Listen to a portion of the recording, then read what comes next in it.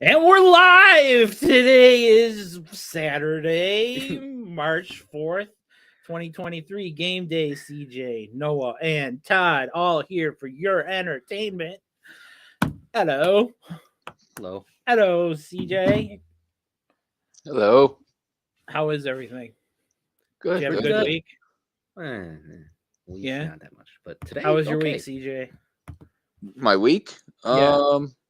Busy, a lot of work and stuff, but Yeah. just happy the Sabres won today. That's what's Yep. most important. It was an important win for the Sabres as they as they rise to within 3 points of the last Penguins. of the Penguins, sure. But what's more important is the Penguins are in the last wild card spot of the NHL's Eastern Conference. Yes. Yeah. So the Sabres are close. They're getting there. Eh? To what? Getting the final spot, you mean? Yeah. Yeah. They got to win. They got to win. They just got to keep winning, honestly. They have a big game coming up against the Islanders, who are in the first spot, but they have 4 games in hand on them. But they're only 3 points ahead. 4. They're 4 Yes. points ahead. Yeah, but they have 4 games in hand. So And the Sabres have the same amount of wins. It's a possible of 8-point swing if they can, win every one. Yeah. Which if would the mean Sabres you don't win have out, to play I think the it Bruins. would be a good True. A good way to do it. So Noah, tell us what happened. Yeah, no, it was a good game. That's what happened. It was Kids Day. It was Kids Day. And they it was actually made cool. it fun. I was going to say that. I thought it wasn't that bad. It wasn't. I was like, oh, God. And then, it wasn't bad. So they had a kids announcer. A kid announced the goals, which I thought was awesome. Yeah. They had kids there. They were doing... No, they had like... Yeah, there was somebody in the booth with Dan. Yeah. Social media, the kids did all the accounts, I think, today. Right. Too. Yeah. And like they had stuff throughout the stadium or the arena for the kids, like doing braids and makeup and all that for the guys, for the boys. And all of that kind of stuff. So because we're still in a state where that's legal. Right. So, all that kind of stuff. So, Sabres started off player of the game. Thompson. Comrie. Yeah. I mean, he let in a couple late goals, but 33 saves is a lot.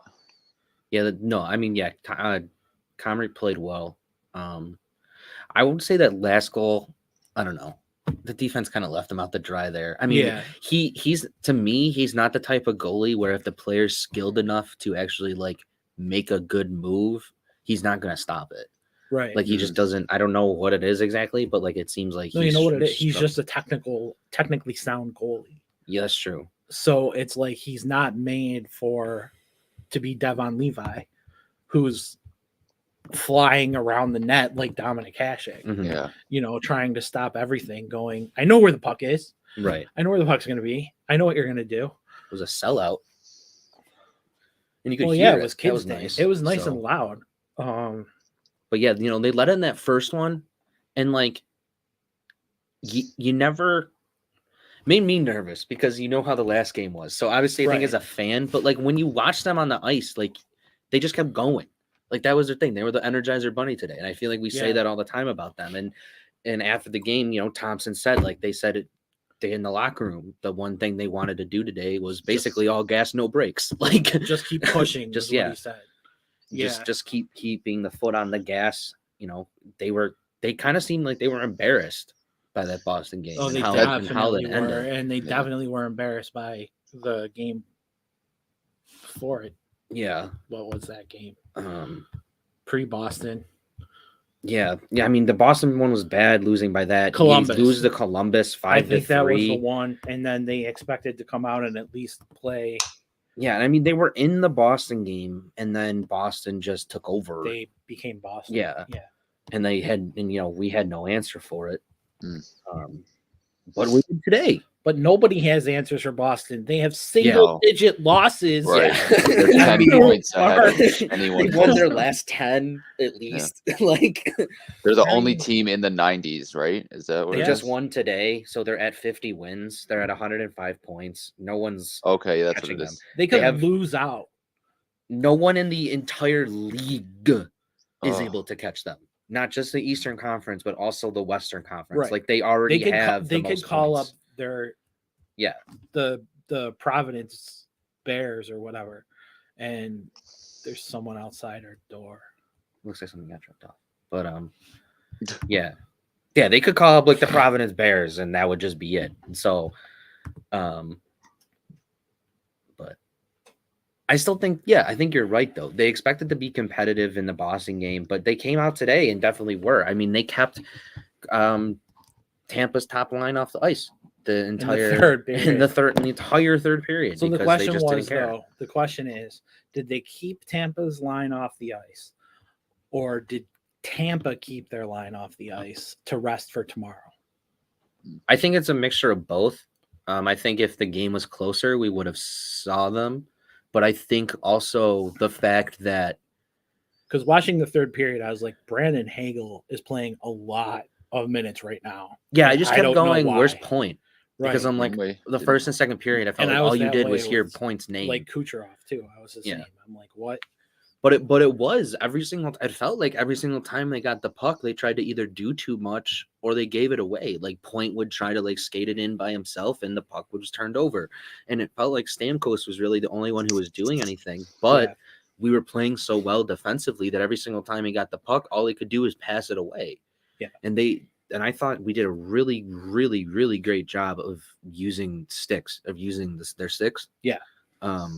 Just the poke checks and getting sticks like out right away as the Tampa tries to shoot and that kind of stuff. And it was a great defensive effort and offensive effort.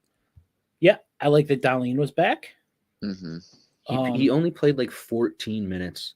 That's enough for a return from an injury. Yeah. Power played 25. 15. Yeah, Power had the most 16 minutes, right? Also, did you see him? What, CJ? Darlene almost 16. Yeah. Okay. Yeah. So it's good. That makes sense. Yeah. But yeah, that's more than over the minutes.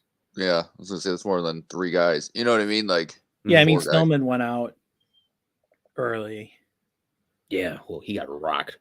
Yeah, I mean, you didn't expect him to come in and do something crazy, but also I think it's huge for the locker room that he plays, and he got a couple blocks in, and it was just on. He was there, and he definitely did a few things, which is good. Yeah, he got an assist. I mean, he set up. I think he set up the Quinn goal. Yep. Right at the end of the second. Yeah. So, yeah, no, he was a significant help. He just he didn't play the huge minutes, but Power stepped up. I mean, Power has been stepping up while he's been out, and Power's been playing really well. Yeah. Power is going to be battling Dahlin for Norris trophies for a long time. And that's a good thing to have. I mean, that's like Detroit in the 90s when they had Lidstrom and what's his face. Yeah. Hey. And or give me the talent. Or the Flyers, the Jersey when they had Niedermeyer and Stevens. I mean, it's a good thing when you can have guys like that, and then well, I mean, you have even Samuelson, think of Tampa. They have Sergachev and Hedman. Sergachev. I think Power and Darlene can be better than them. Oh, I think so too. I felt like Power played a lot today. Like I felt like I seen him a lot on the. Yeah, he was out there. They rode him a lot. I thought the coolest thing though of seeing him Power was they showed him on the bench. I think after he made like a great play, and did he smile? Yeah, he was like smiling, and he was like, "Ooh!" wow. Like you could read it on his lips and everything. Wow, power smile. You know it's a good day. He seems like the type of guy who's like, I just want to play hockey. I'm the happiest on the ice. Like, and everywhere else, I'm just like this socially awkward guy kind of thing. He hasn't really broken out of his shell yet. I have a feeling though, he's gonna 19, 20-year-old. Yeah, that's true. First season, breaking out of his shell. That's right. It took Dallin at least a year to like be the social media darling that he is right now. Right. And it was all after that one clip of him just shooting the money thing and then like looking at the camera and then looking back because he wasn't supposed to look at the camera. Yeah. Yeah, this seems fun. It was fun. This is the first time they've won 2 straight against Tampa since 2018. So 2018 doesn't feel that far away from me because I'm still thinking it's 2022. That's 5 seasons ago, though. Yeah. It's actually over than that because it was February and we're in March. So holy cow! Wow.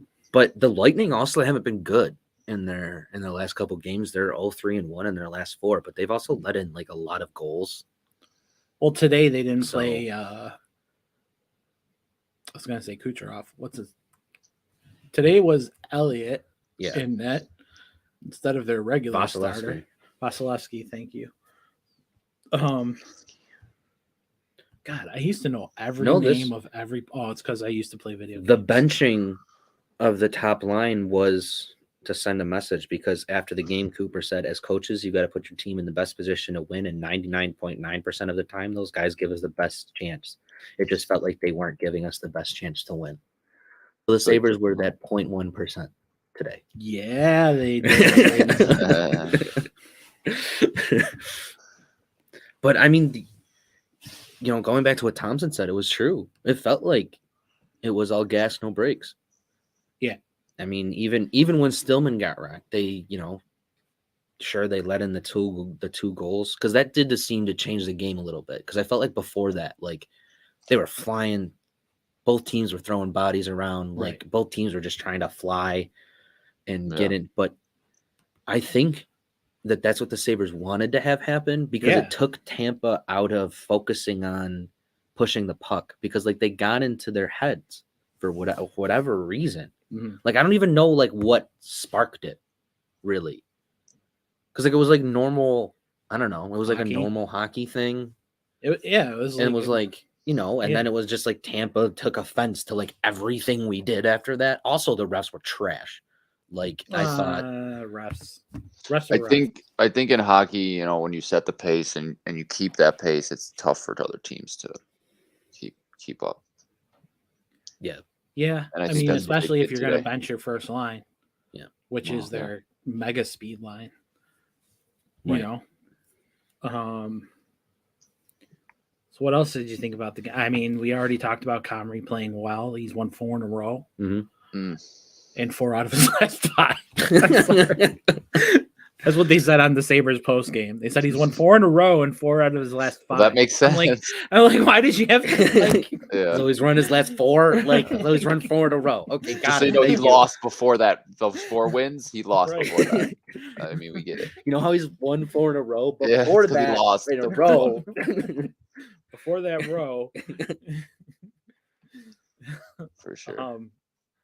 No, but Comrie fits right in to this team. I don't know if you saw the post-game interview for him, but he's just smiling, being really happy. Yeah, he was like, they're scoring now when I play, so like it helps. Yeah. Like me want to play goalie. Yeah, which is good because if you can, I don't know. I'm still not a UPL guy. I just will. Well, I mean, if this is the Comrie, this guy, if this is the Comrie that we're billed to see, like 2-3 goals, like okay, that's not that bad. Like he's not going to be the guy. We know that because Levi's coming. Keep a .917 save percentage the rest of the year, and I'll be happy with you. Yeah. Oh man, I mean that's if you can do 917. That's what you did today. So it's like if you can do 917, then he stopped 36 of 33, or 33 of 36. We're all over the place today. Hey, we're hammered. Not really. So we're professionals here at Game Day 716. Just needed to make that clear to our audience. They know. Oh, I know they know. Okay. Next week, actually, I haven't told either of you guys yet, but next week I booked a guy who has made a new draft site. Oh, cool. And he's going to come on and talk about his new site and show us the site. It looks very interesting. He's from Buffalo, and has really built a site where not every single pick will be within the same range like it is on most sites, where if you go on the PFF mock draft site, you know where this guy's going to be. Right. So you can get an A+ like on every single pick kind of thing. He built a site that's goal was not to do that, and you can rank it to how heavy the surprises were versus how heavy they're not, and that kind of thing. Cool. And he's going to talk a lot about the site. Will show us the site, do that kind of thing. So that's going to be next show. Will be Jim Wickens and his new site, and he's basically built the whole thing on his own. Wow. And it's pretty nice. I've looked at it. It's pretty cool. What's the name of the it's called he got a good name for it too. It's called like NFL Draft Site or something. Did you give him a day yet? Well, I told him Thursday. We normally do it Thursdays, but if we need to switch that around, I can. Because I'm going to the Dallas game on Thursday. Okay. We could do Wednesday or I mean whatever works for you guys. I don't really care. I was gonna say Friday, which would be the day after, but I don't know what his schedule's like, and you guys. Well, you could just talk to him and see. I'll talk to him. I told him the 9th or the 16th. So. Okay. NFL mock draft database. No, but he worked with them, or he worked with somebody to get rankings, like someone legit. Oh, cool. And he's been, like I said, he's been working with a couple of. Well, yeah, that sounds interesting. Yeah, I think it's going to be really interesting. He's going to talk to us about sort of where the idea came from. NFLmocks.com? No, right? No, I'll get it in a second. Okay. Preparedness. We are professionals here at Game. But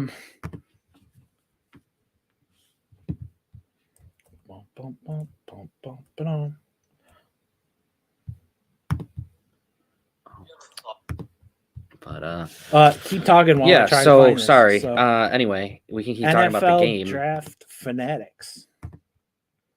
Okay. Is that it? NFL. Okay. Yeah. Cool. NFL Draft Fanatics. So we'll have that guy on. TICS.com. Okay. I got nothing. Let me search it in the. I found it. Okay. Cool. Yeah, this looks awesome. Yeah, this does look nice. Yeah. But cool plug. Yep. Cool get. So yep, that's kind of gonna be next week, and we're gonna teach some people how to do mock drafts because nobody has done NFL mock drafts before. But we'll do a couple. We'll plug this site because I'm sick of PFF, and the Draft Network has been weird for me this year with drafting and mock drafts. I don't think they're like built yet or something completely built out. Well, they might have been debuting they look like they were trying to build a beta thing because I'm on their site now and for something we're going to talk about later. Right. And they said they're building some beta thing. So that could be a problem. That could be part of it. But bad time to have that happen. But anyway, yeah. Do we have anything more to say about the Sabres game? Yeah, I do. Okay. I think every game I watch Samuelson play, I get more and more. He fills my heart. Oh, today I was like, I completely understand why they were like, here's 7 years. Yeah. Like, because the price is whatever. Like the price that's No, he got what, 5 million or 4.5 million, or I mean, he is locked in at such a good rate. Like at some point he may be a trade chip, but right now, holy cow! I mean, he is. I mean, he just is able to move people, like grown men. Yes. Like Corey Perry is kind of a small guy, but like he knows how to use his size, and he moved him off the puck. He was able to move Hedman off the puck. Yeah. Especially in that third period, he was all over the place working people. Yeah, they made sure in that third period that Tampa could have. I mean, I know Tampa scored twice in that third period, but like the way Tampa had to go ahead and score those goals, just like we were saying, like the third goal was kind of a fluke. Yeah, because I think that was like deflected to him, right? And then that first, it deflected off Killorn, right? Or it deflected to Killorn off of whoever the Sabres guy was standing there. I think he tried to stop it, and I think it just went to Killorn, which as we said about changes Comrie, the direction of the puck, and as we said about Comrie, he's just a technical goalie, so hard for him to make that save.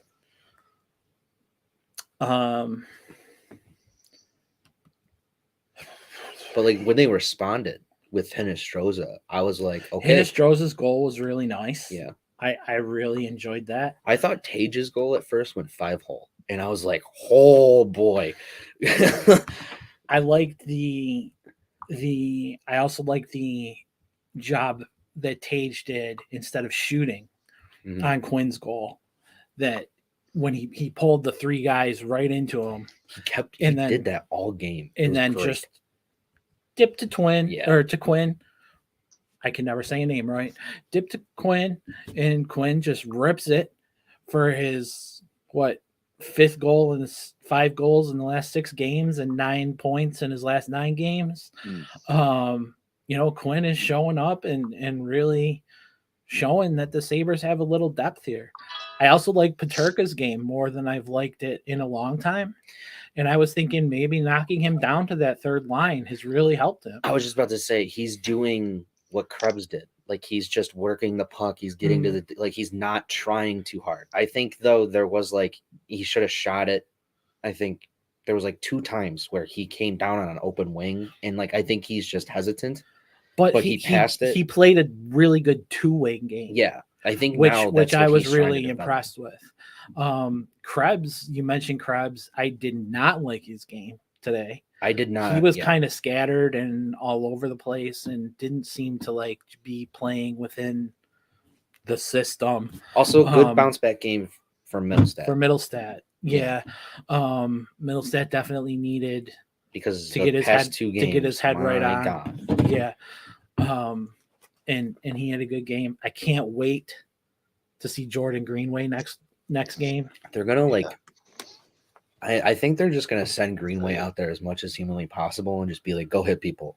So speaking of Jordan Greenway, we're sort of gonna segue look at us into the NHL trade deadline / week leading up to the trade deadline and all of the moves where every single good player in the league is now in the East. And which is cool for the Sabres and watching games. But the West is wide open. Yeah, I mean, Vegas leads with 80 points. Right. Dallas is right behind them at 79 and is currently up on Colorado. Right. I think there's somebody else is at 78. There's another team at 77. So yeah, that's all. But nobody's scary. You look at that and you go, who scares you? Dallas, Minnesota, Colorado in the Central, Vegas, Los Angeles, and Seattle. Seattle in the Pacific. I mean, the scariest team is probably Edmonton, right? Yeah, because of McDavid. Right. That's the only reason. No. McDavid and Draisaitl. Yeah. My pocket. But Yeah. So I mean, that's sort of how the West is. It's wide open, and this could be the year where Edmonton makes a run. Yeah, finally. Their Matthias Ekholm pickup, I think, is very underrated. Yes. Good defenseman from Nashville. has played his whole career with Nashville, and really, really a solid two-way defenseman with a lot of offensive, who leans more offensive, only because he's so good both ways. Mm-hmm. So,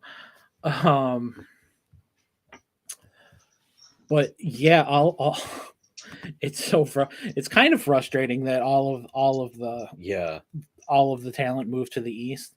Because you have Chicken going to Ottawa.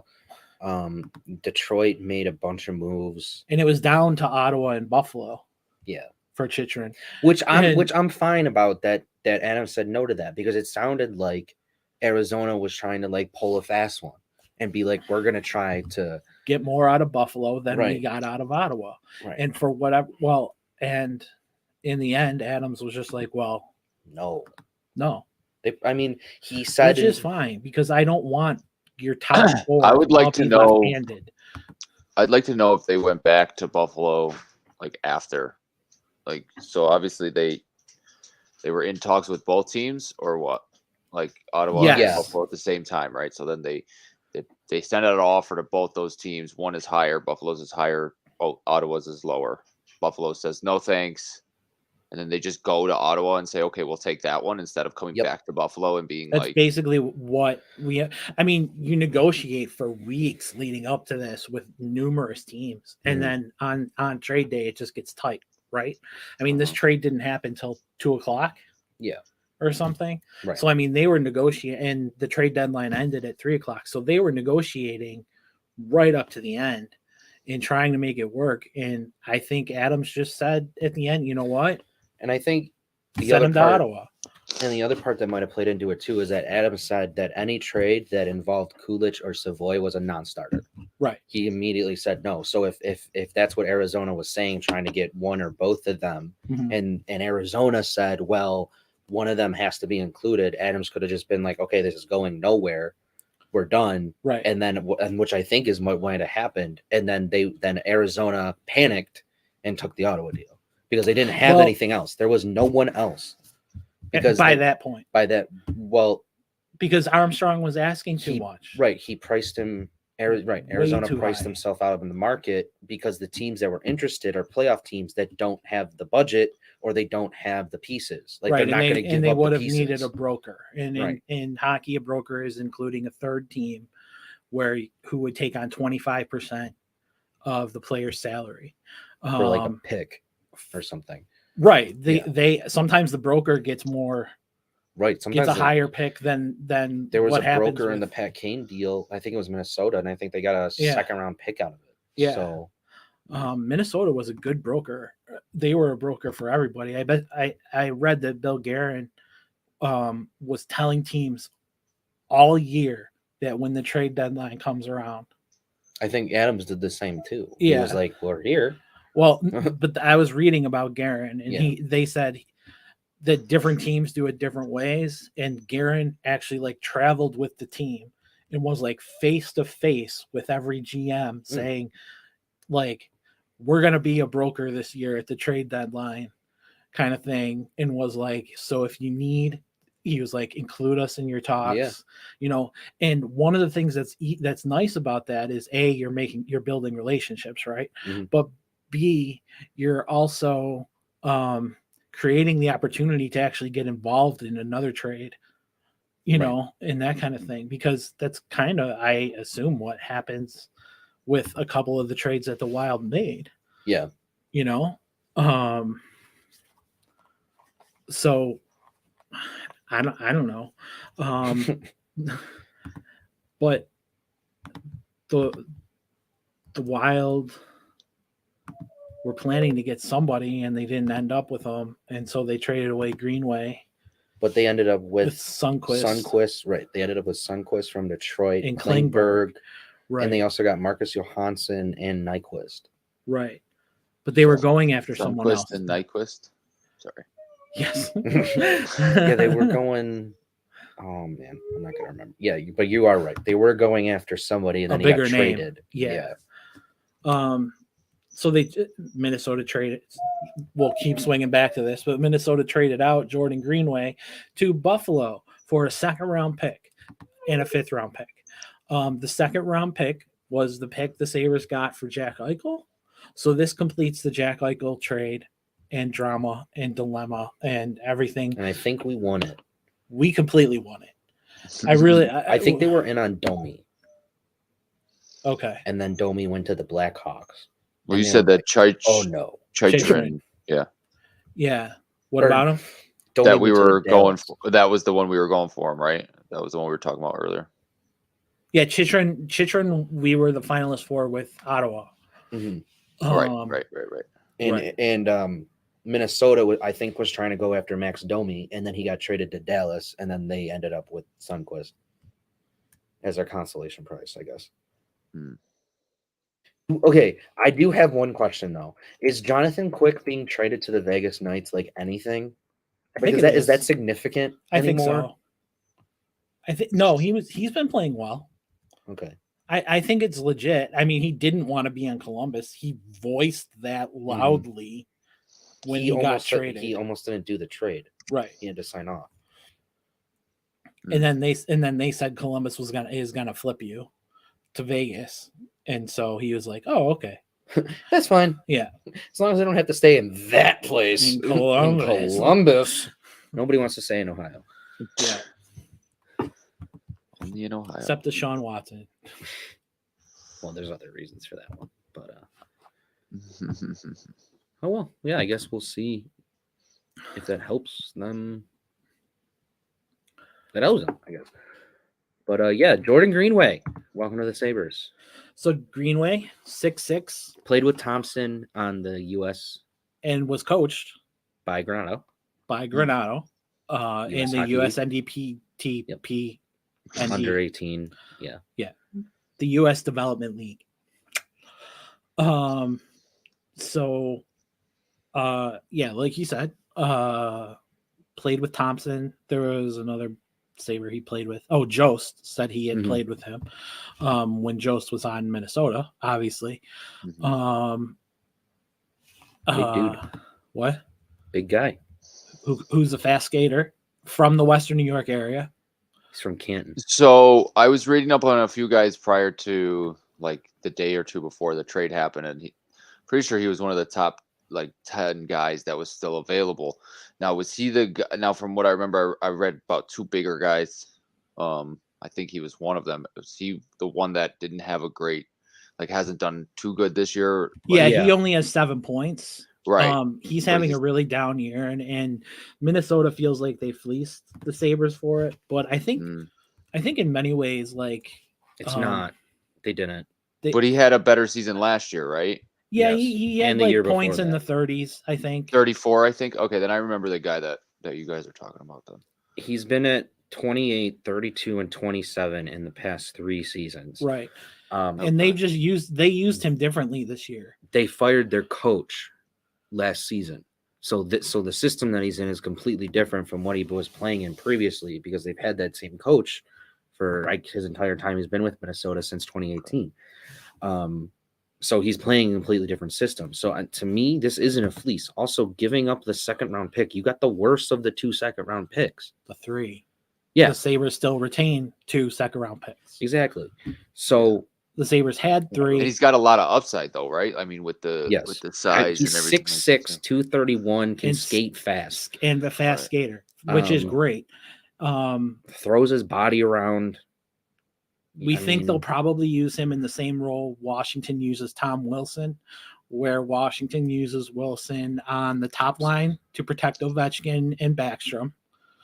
Though I don't know that Thompson needs protection, but it's not that they need protection. Okay, so I had this epiphany about why Granato's pounding the table for this. This team doesn't need offense like in the past. That's settled. It's the bottom 6. They have the offensive scoring. It's not just the bottom 6. Adams made a good point. He said that teams were trying to bully them. Yes, teams were trying to bully them, and then they would just take away Thompson. They would just put 2 guys on Thompson and be like, okay, skate around us, big boy. Right. Like, because in the beginning of the year, Thompson was doing these ridiculous things where he was slipping through guys or slipping around guys. But he's still doing that today. And he's still doing that today, but he's also doing that through like 2 or 3 guys, or sometimes he has to pass. And I'm not saying that doesn't happen. But what I think the way they're going to use Greenway, and you're right, it's not going to be for protection. It's going to be for opening it. Right. So Greenway's just going to come in and be like the screener in basketball. He's going to be the guy. So are they dropping Tuck or are they dropping Skinner down? If you're going to be a protector, I think you drop Tuck down. That's what I was going to say. Right. But I have this feeling, though, that Greenway isn't going to have a line. He's going to be there to make sure those top 2 lines can get open, and I think he's going to also be used on the power play to do this, to just literally stand in front of the net and not move. Okay, but if you're gonna give big minutes to different Sabres forwards, you don't want Jordan Greenway to be at the same number of minutes as Skinner, as Tuck, as Thompson, I'm not saying like he'll go out there with both lines every single time, but I'm saying like if they need a goal or something, like he's probably going to be out there on the top line. But if it starts with the normal line of Skinner, Thompson, and Tuck, they might change that up if they need a goal or something like that. So I think I agree with you. I think they're going to use him heavily in the top 6 role to get production even higher, which sounds nuts, but they need someone to the power play is lacking. Yeah, right? That's true. We know that. And so if you can get a 6'6" guy to stand in front of the net and just be there, right? You don't need him to do anything except stand in front of the net and just be in the way while your skill guys, right? Because you have plenty of skill guys, and you have plenty of skill guys still waiting to come up. And when your skill guys move the puck around, this probably gives you more of a chance to move that around, because whoever is playing, you're playing 5-on-4 in a power play. Someone has to try and check Greenway out of the way. Right. And so then you're playing 4-on-3, which makes the ice wide open. And they love that. Right. This team loves to fly. This team likes to stretch, and you have the guys ice. who can pass, right? And that's the thing about Greenway. You have Darlene, quarterbacking. And then you have Thompson, who can be a quarterback, but you want to get him in a slap shot spot. And like Thompson, to me, you hit him in stride and he's gone. Well, I'm talking about once you're set up in the power play zone. Oh, I gotcha. So, and then you have Tuck out there, or Skinner out there, and then whoever you want to be your other, I guess, 4th guy, if you're putting Greenway out there as your 5th guy. So Cousins. Right. Cousins, or it could be Tuck, or it could be, whoever. Right. We've seen this though from Granato, is that like, yes, technically there are set lines or whatever, but like he'll mess around. And I think like before, not as much as other coaches, but I don't think he had without like, I feel like Greenway is so pivotal to this team. Like is not like, yes, he's big but he's fast and he knows how to make plays. He could pass the puck. If you look at his points total in the last couple seasons, we were just saying 28, 32, 27, but most of those are assists. He had 26 assists 2 seasons ago, which is nuts. Yeah. Like, for a guy, so he's not just getting tips in front of the net, is what you're saying. He's not just doing the Sam Reinhart, right? Which is like, I think what a lot of fans see his role being, and I don't see that. I see him being heavily involved in this offense. Yes, getting in front of the net, but he can fly, and they needed a big dude with speed, and that's what they got in Greenway. And who else was out there? He can also handle the puck. You look at the guys who were out there, who you could have given up a 2nd-round pick for and tried to get size. Who also, else? Greenway was only available because of just his contract, because Minnesota could move that. But like, and Buffalo could take it on, but the contract is great. He has 3 years left at $3 million. But Minnesota doesn't have money because of the buyouts. Right. So, but on top of that, Minnesota would have been perfectly fine keeping Greenway. I don't truly think Greenway was out there. I think this was a really under the radar move. Because the Sabres offered a second. Right. But apparently Granato was the one in the whole day saying, go get him. Pounding the table. Yeah. Yeah. So we'll find out whether he was right, I think so. I mean, I think we'll see. Well, we'll see. Right. Exactly. But worst case scenario, you're paying $3 million for a guy. For a guy who's good on the penalty kill and probably in the bottom six. In the bottom six. Yeah. Yeah. No, I mean, like, I don't know. I'm just saying, like, when I said it like that, I didn't mean it like I don't think he's, you know what I mean? I just want to, like, this is a good test for, the upper guys to see whether they. And the coaching staff. Yeah, that's what I'm saying, to see if they're hitting on the right things, if what they're saying is going to mesh with what's going to happen in real life, and you get more confidence, you give them more leeway, they're able to make more moves in the future. You know what I mean? Yeah. I was starting to think that we were just hoping for next year. You know what I mean? To be a good enough team next year to want to make all these moves. You know what I mean? I also thought the summer.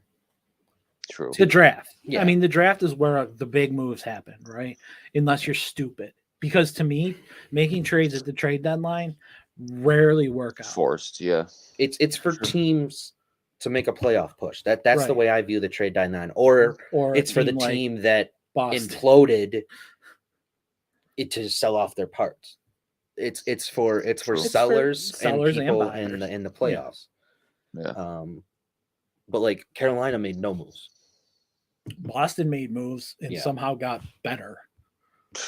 Which is ridiculous. The Sabres did make some other moves. Yeah. Rasmus Asplund is no longer a Sabre. He went to Nashville. Yeah. And I mean, that just and they got he got a 7th round pick back. He got pinched out. I mean, he had really 2017 or something. I mean, they just wanted to give him playing time, right? Yeah. 2025. So 25. He had no room here. He also didn't really fit, I thought, either. No, I mean he's a defensive forward who's kind of small on the smaller side, but definitely slower too. I feel, but definitely he'll fit the Nashville profile. Yeah, I mean, again, this is David Poile's last trade deadline. Last trade deadline in Nashville. Long time.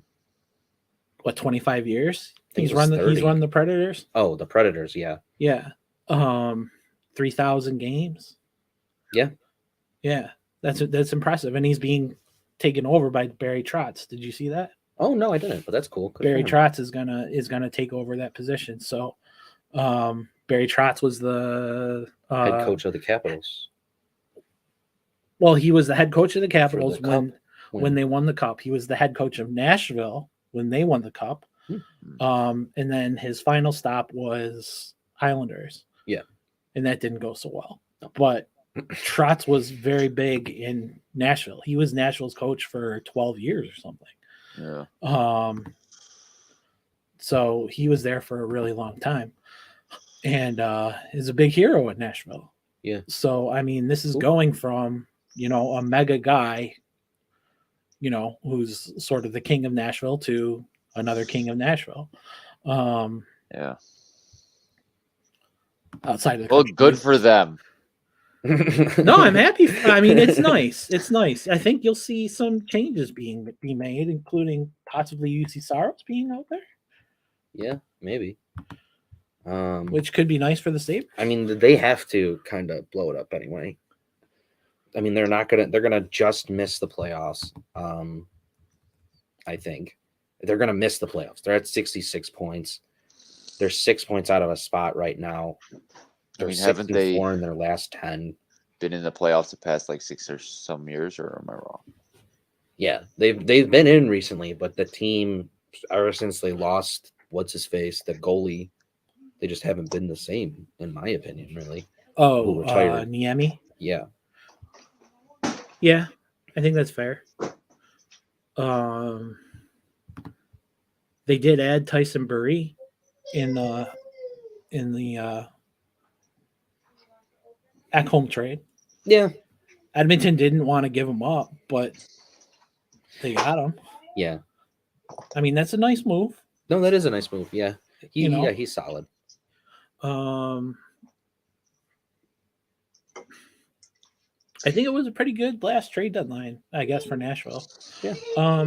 Again, Sabres made some really, really minor trades, which we don't really need to get into.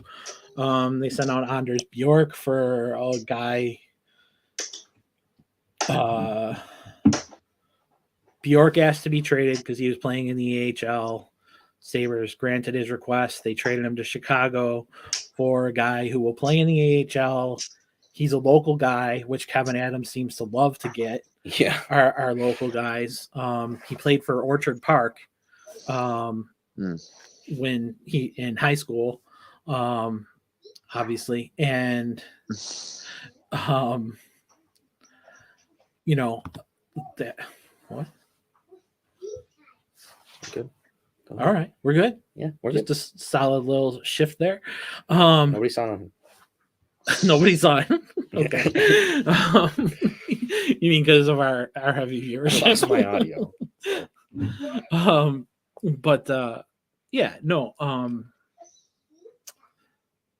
So they brought in a guy who can play in the AHL, which is what you do. Yeah, which is what you do now. They also traded Prisky for Strand. Again, an AHL move. Because you try to boost your AHL team as well. Mm-hmm. After the trade deadline, the AHL trade deadline is a week after the NHL trade deadline. So that's what teams move toward.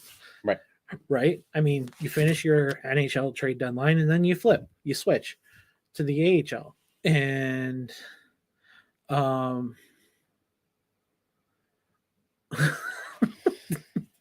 Grandma 3 said she saw they're it. Also and I think you'll see some trades for Rochester and you'll and also what happens is college free agents and free agents from all of the Canada the CHL, right? They all become free agents. All of the guys who weren't drafted during their draft eligible and are now still playing in the CHL are now free agents. The other Sabres move is the Portillo move. Which that's true. Which netted them a third round pick, which allowed them to trade a second. And he said he saw no path.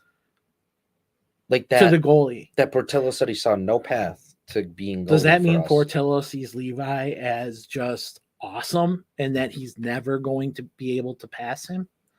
Because that's it. There's Levi and the guy they drafted last year in the second round. And it has to be, right? I mean, I don't know. Like that felt weird to me to say. I thought so too. Like in the end, my thought he was adamant or whatever. Portillo is when you're second in the organization for a goalie position, when goalies are never a lock to be good. Right. I mean, everyone's expecting Levi to be good, but they're never a lock. And sometimes you get your best goalies out of the fifth round, and that kind of thing.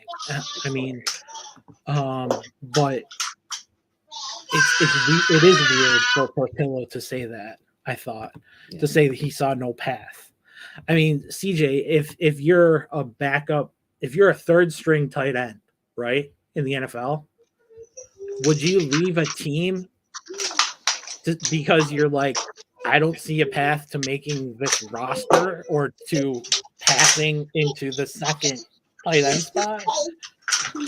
Yeah, I mean, if you really don't see any way of you getting past, say, those two guys are studs, or, there's even situations where you can feel coaching staff has like a preference, right?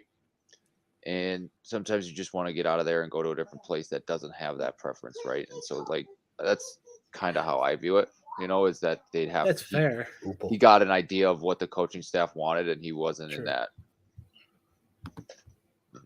Yeah, I think you're right on the nose with that one, because I think they like UPL more than everybody else does. More than anyone else in the league. Right. And it's not that he's bad necessarily. He's just annoying. Yeah. Yeah, because I mean, like the Boston game, right? Like, yes, okay, whatever. We're not gonna talk about it, but because they did ruin that for him. Kinda, I felt like. But he played amazing. He was playing lights out. And then things just went downhill. Like it wasn't all his fault, obviously, but well, even when he was playing lights out, we saw the holes in his game that we kind of predicted that, you know what I mean? Like kind of seen that. Yeah, while he like the team was winning, like his statistics weren't great still. So when the team's struggling, he's gonna struggle. Also, not in the Boston start, but I think in the one, or was it the Boston start? Columbus? Yeah, the Columbus game, I think. What about it? The game that he was pulled in. What game was he pulled in? Was it the Boston game? I don't remember. Sometimes I won't watch games because It might have been the Boston game, but I feel like it might have not been. But that game that he was pulled into, he did not have a good reaction to it. And I think it was more that he was upset by I think it might have been the Columbus game, actually. And I think they were more upset. He was more upset by the way that he let in the 4 goals or whatever right away. But also when he came back from the locker room, it looked like he was crying. Which is okay. Which is okay. I'm not saying that's wrong, but I'm just also saying, like, he was mad. He looked mad and upset going to the back to the locker room, and then he came back crying after like slamming his stick, and I'm just like, and like he just doesn't have the best reaction. Like he's not there mentally. Maybe I don't think he's there mentally where it's like, because if I always feel like when he makes one wrong move, he like just gets down on himself and he's like, hey, like why did I make that? Like Darlene used to be. Yeah. And he's like too much in his head, and he just isn't there mentally to be sharp and to just be like, okay, gotta move on, gotta make the save, gotta move on. Okay, we let in a goal, gotta move on. I know a lot of good therapists in the Buffalo area.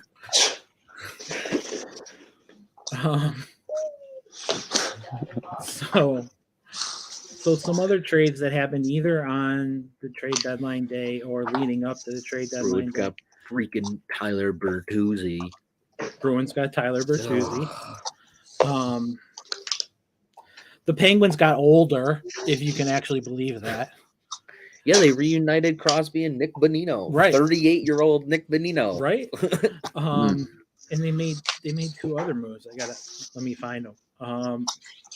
But they also brought in old guys. I mean, Kulikov. Yeah. They brought in Kulikov, who's also in his mid-30s now. And I guess that was it. I just feel like their mentality is like, as long as Crosby and Malkin are on the team, they're just going to keep bringing in guys just to make them competitive. Like, I don't think they're really going to care about development. They're not going to really care about. I think Malkin's going to go to the KHL next year. Why? Just the feeling? Finish out his career. Huh. Yeah, back in Mother Russia, unless he's got some feelings about the war. But, I mean, he likes playing in Pittsburgh. He likes playing. Oh, yeah. No, I'm not saying that. I just think, there's been talk in the past about Malkin going back and finishing his career in the KHL. So I'm not just making this up out of nowhere. I'm just saying, that's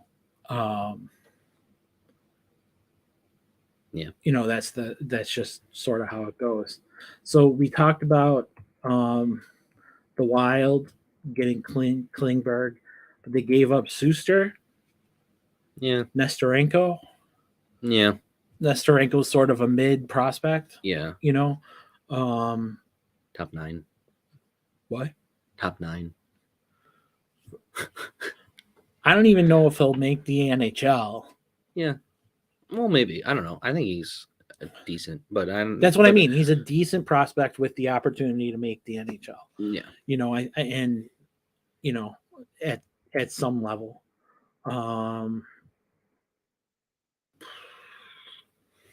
The Wild got Oscar Sundqvist, as we talked about, for a 4th round pick. Flames made a couple nice moves leading up. Not the Flames, the Maple Leafs. They got No, they did. They and but on top of that though, which I think is kind of funny, is Dubas is doing this to save his job and to make sure that they do not lose in the first round. Because if you lose in the first round again, I think he better make it to the finals and play Boston. That's what I think he needs to happen for him to save his job at this point. I mean, I think it's fair for them to lose to Boston, to say if you lose to Boston, okay, you didn't build a powerhouse. Mm-hmm. I mean, you built a powerhouse. They just haven't come together, right? But I think if they lose again, the question of not even just that, but of the future of Marner's and Nylander and Tavares, and I think even though they just got Tavares' contract is up soon. That's even so. I mean, especially then, if that's the case, I think the questions of this isn't going to work. I think the questions of is this going to work become even louder. I mean, you could see Nylander being moved out of there. You could see Tavares I could see Marner being moved out of there too. I can't see Matthews. I don't know why. Because they're not going to move Matthews. He's one of the 5 best players in the league. But I think. Oh, the Penguins got Michael Granlund too. Yeah, he's old. He's old. No, it is old. I mean, it's ridiculous. How do the Penguins get older? They gave up a 2nd round pick for him. They overpaid on it. Oh. Yeah, they did. Jeez. I mean, they gave up Brock McGinn in a 3rd for Kulikov. Right. Just Kulikov. Nobody else. No picks. No nothing. Just Kulikov. Right. Like, why? I don't know. Like, he didn't work here during our drought. Like, during our bad years. It's because they have it's because Ron Hextall's a bad GM. I think that's what it comes down to. He's just. I mean, the Flyers have a problem at GM with Chuck Fletcher. I mean, there's a couple teams where you just look at their GMs or their future and you go, what are you doing? Sorry, CJ, we can include you. Yeah. But yeah, I mean, Leafs got Luke Shen. Leafs got Eric Gustafsson and a 1st round pick in that deal, in the Gustafsson deal. But it's Boston. Rasmus Sandin went to the Capitals in that deal. Yeah, they gave up all that just to lose in the 1st round. Patty Kane going to Patrick Kane going to the Rangers. What do we think of the Rangers picking up Tarasenko and Patrick Kane? I don't know why. They're not the same player that they were 2 years ago. I mean, and they're not even. I haven't given up on Patrick Kane's future and what's going to happen to him. I think he's going to end up as the leading U.S. points guy. That's probably what he's trying to get to. And that kind of thing. I mean, he's already a Hall of Famer. He's turned more from a goal scorer to an assist guy. Well, it's because he's lost speed. He's only lost speed recently because of his hip, which if he can really just take some time and retrain, he's a free agent. So, the hip thing might come into play there. Right. Speaking of the hip thing, James Van Riemsdyk never got traded. Detroit said no in the end. Mm-hmm. Well, they also couldn't find like a 3rd team to move like a player out so they could get him. Well, and that's why Detroit flipped to moving out Sundqvist and that kind of thing. They tried. I mean, they moved out Sundqvist, they moved out Bertuzzi, and then I was surprised when I heard Detroit tried to get Van Riemsdyk because it doesn't seem like a Steve Yzerman move. Like he's old, he hasn't scored a lot. Van Riemsdyk has like concrete feet now. It's his defensiveness, though. it's a lot of teams were looking for a defensive forward. I mean, like, well, he could have traded for Rasmus Asplund then. But if you look at Detroit, though, they're kind of in the same boat that we are. They're just behind a little bit. I think we have a deeper prospect pool. Oh no, our team is better than theirs. I mean, you can see that. I mean, yes, we're close in the standings, but they're 3 points behind us. Yeah. And they've won 4 last games than we have. So, and they're also their goal differential is -18. So. Yeah, they are worse than us, and Yzerman even admitted that he thinks that us and Ottawa are ahead in terms of rebuilding, and yeah, I agree with that. So obviously by picking up Kane, the Rangers went all in. You're right. In a season where Boston is just destroying everyone. Mm-hmm. Is that something you would do? I mean, I can see why you want to attempt it, but I don't know what the rush is for them. I don't either. I mean, they have a lot of guys who are leading up to their 30s, late 20s, that kind of thing. But it's not. Really. Well, they also have a young group. Yeah. So they have two cores, right? You have your old guys and you have your young guys. One of the things that was interesting that I kept reading on Sabres Twitter before they made any moves was make a move, right? Kevin Adams is terrible. He doesn't know what he's doing. All of that kind of stuff. But the more interesting thing was that people wanted them to make a big move. Mm-mm. And I just kept saying, you don't do that at the trade deadline. You don't do that leading into a season where you have all this momentum with young guys where your best players are under or 23 and under, real. I mean, besides Tage, they're 23 and under. So, one of the things that I was saying, and I kind of want to equate this to the Bills, and CJ, I want to get your opinion on this.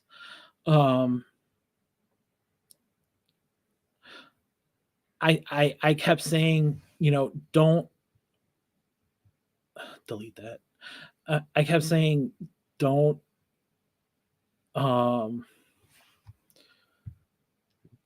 now is not the time to do your Von Miller move. Yeah. And that's what I kept saying to people over Twitter. And believe me, I said it a lot because my thumbs and my fingers got tired from the amount of typing that I did. But so, and I was thinking about it, and I was wondering if last year was the year for the Bills to do their Von Miller move. To segue into football. 2 years? Wait. It was last season. Oh, you're saying they did it too early? Yeah. Did they do it too early? What do you think, CJ? Did they do it too early? I see. The thing is I don't know if they did it too early. I'm just at this point not convinced that Vaughn has as much in the tank left as we thought he did. So I don't know if it was too early or if it was the wrong guy. Is more of my concern at this point. Would be my bigger concern. I'm not saying that we're there, right? But if we're talking about that trade and we're talking about what was potentially why that was the wrong move or how that could end up being the wrong move. Either it was you grabbed a guy that too early and you weren't ready for the playoffs and he was really used during then, or it was he just wasn't the right guy, and you should have waited on a younger guy a little bit more left, and that'd be my bigger concern is that you just picked the wrong guy rather than the wrong time. I don't know if that makes sense. Is there someone screwed? The Bills? Yeah. Well, when you're paying him $20 million, yeah. right, and he's up against your cap, and Bean said we're not going to be able to make major moves this year or next year. Next year's even worse. Right. I mean, they're going to have to hit on the draft. They're going to have to need to literally nail it. Every single pick has to be a starter, like or honestly, somebody that they can grow into a starter. Like they can't miss because they're going to need to fill spots, and they're not going to have the money for it. They can't let these guys grow into starters. They need to switch their philosophy, in my opinion, from going after these young guys who they feel like they can develop to going after starters, guys who can come in and understand the NFL right away because they played in an NFL system, or they played on big teams where the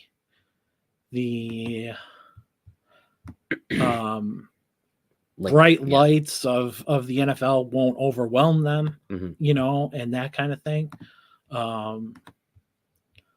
I don't know. Again, CJ, do you have thoughts about that? Like, what do you think? What do you think? Where do you think the Bills stand here with all this? I mean, I feel as though, there is some concern how quickly we were out of the playoffs. Obviously, that's gonna, leave a bad taste in fans' mouths and players' mouth and everything like that.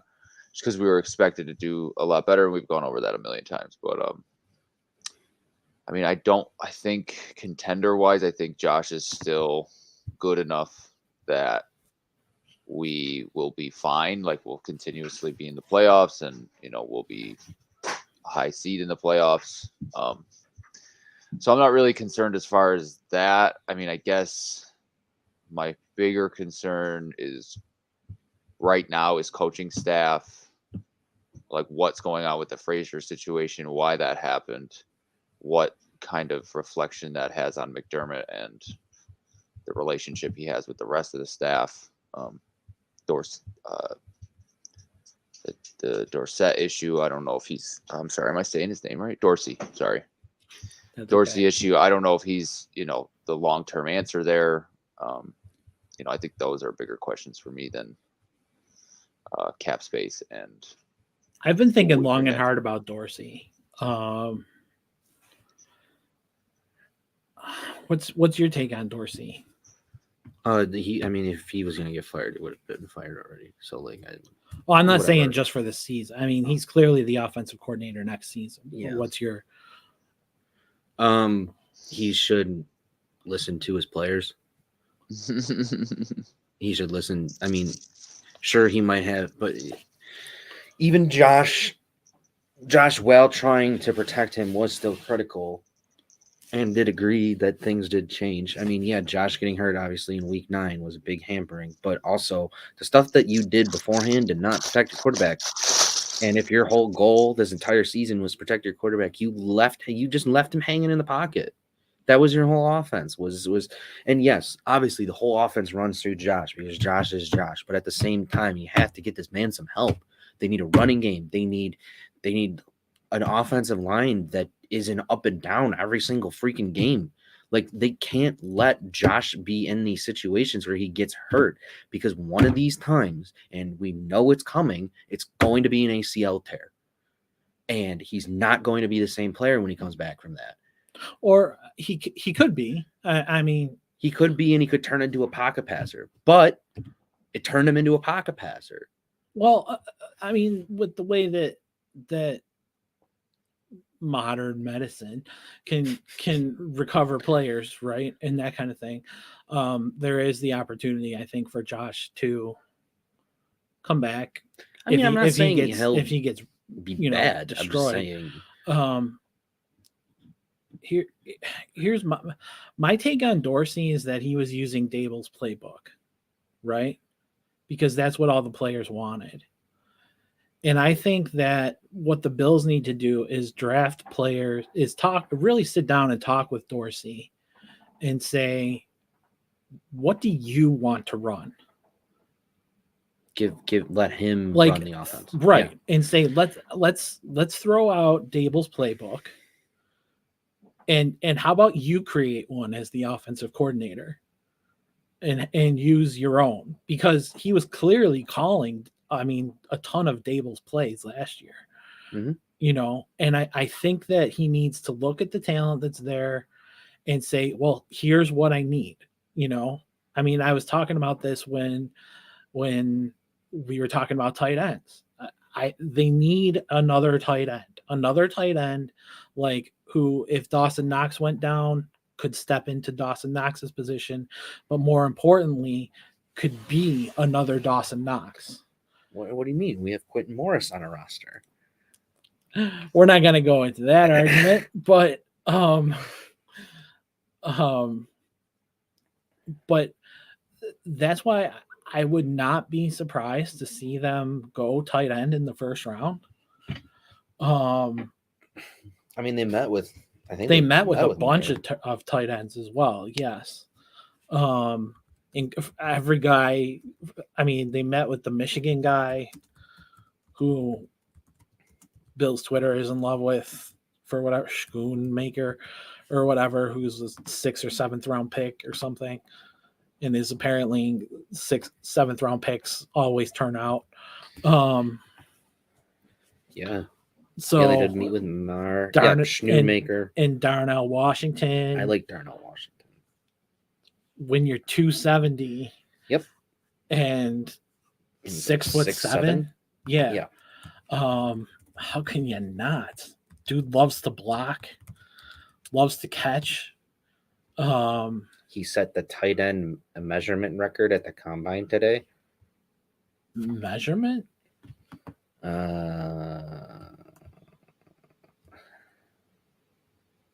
He said, I feel like I'm the most unique tight end here. I'm not saying I'm the best. I'm very humble. It's just when you talk about my size, I'm bigger, heavier than most tight ends.